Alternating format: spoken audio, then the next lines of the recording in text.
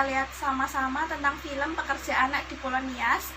Kasihan nggih Bu, karena di usianya dia yang masih harus sekolah tapi harus memikul beban untuk mencari uang. Boleh tidak Bu? Tidak boleh, Kenapa kok tidak boleh? karena itu termasuk eksploitasi anak. Ya betul Bu, jadi apapun kegiatannya yang memanfaatkan anak demi keuntungan materi maupun non materi itu tidak dibenarkan, karena merupakan contoh eksploitasi. Biasanya tindakan eksploitasi itu didasarkan karena adanya keuntungan. Keuntungannya tadi ada dua, yaitu keuntungan materi dan non materi. Materi identik dengan uang. Ya, biasanya anak-anak yang masih berusia sekolah dipaksa orang tuanya untuk bekerja. Itu salah satu keuntungan materi. Keuntungan non materi contohnya untuk mengangkat derajat orang tua. Biasanya apa Bu contohnya? Ya, perjodohan. Anak dijodohkan kepada orang yang punya derajatnya lebih tinggi, sedangkan dia seharusnya masih bisa untuk mengenyam pendidikan. Terus kalau di sekitar Ibu ada ndak tindakan eksploitasi? Ada Apa aja? menyuruh anak untuk mengemis di jalanan.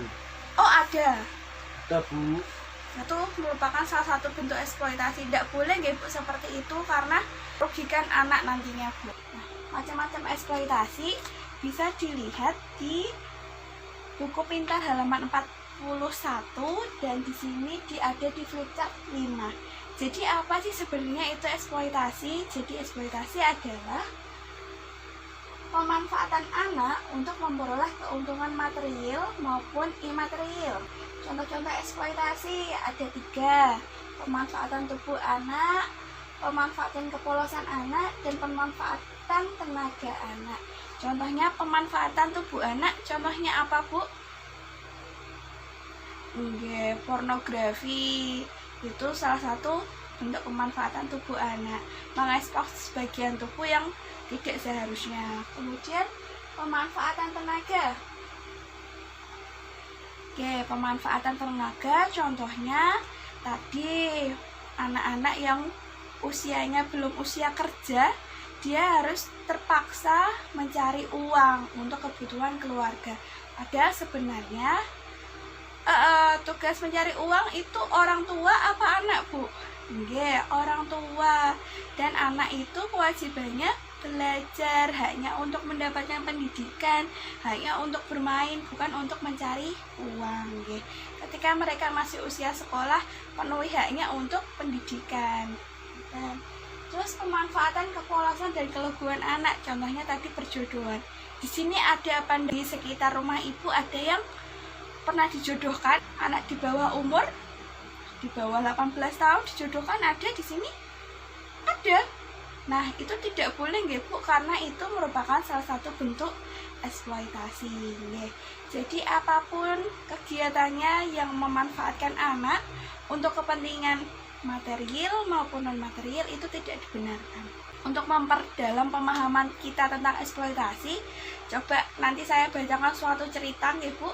Nanti kita tanggapi sama-sama di LK 12.3. Saya bacakan Bu, 12.3. Jadi ini tentang seorang anak yang dipaksa bekerja oleh ibunya. 12.3. Nah, di sini di LK 12.3 itu nanti ada 3 kasus. Saya bacakan satu kasus dulu, nanti kita bahas bareng-bareng. Oke. Kasus 1. Tribunnews.com, Jakarta. Ibu kandung melacurkan anak.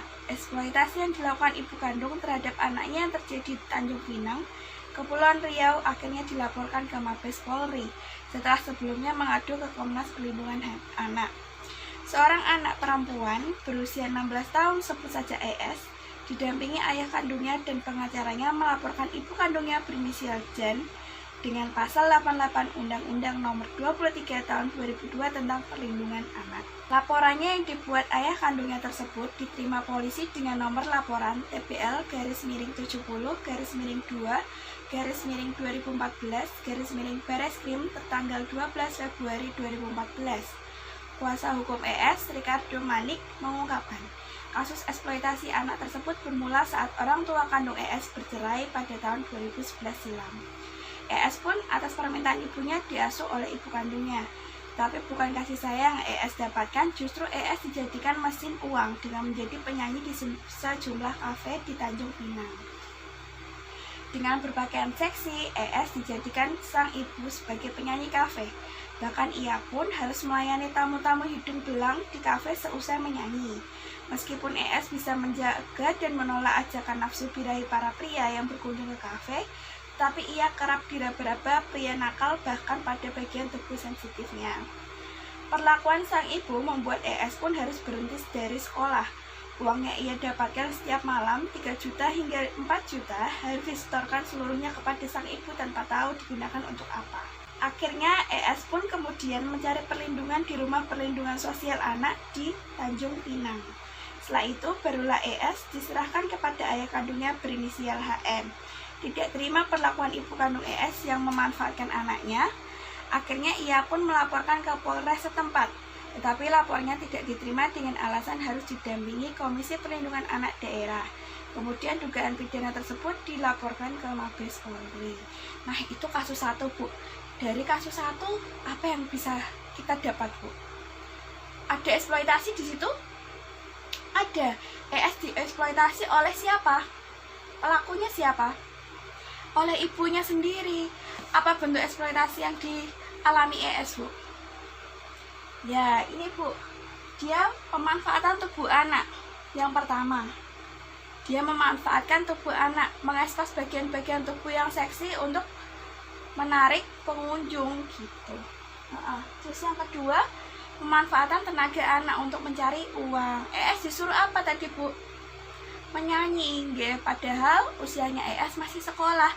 Terus akibatnya apa tadi? ES butuh sekolah. Nggih, jadi eksploitasi itu datangkan dampak yang buruk bagi anak kita.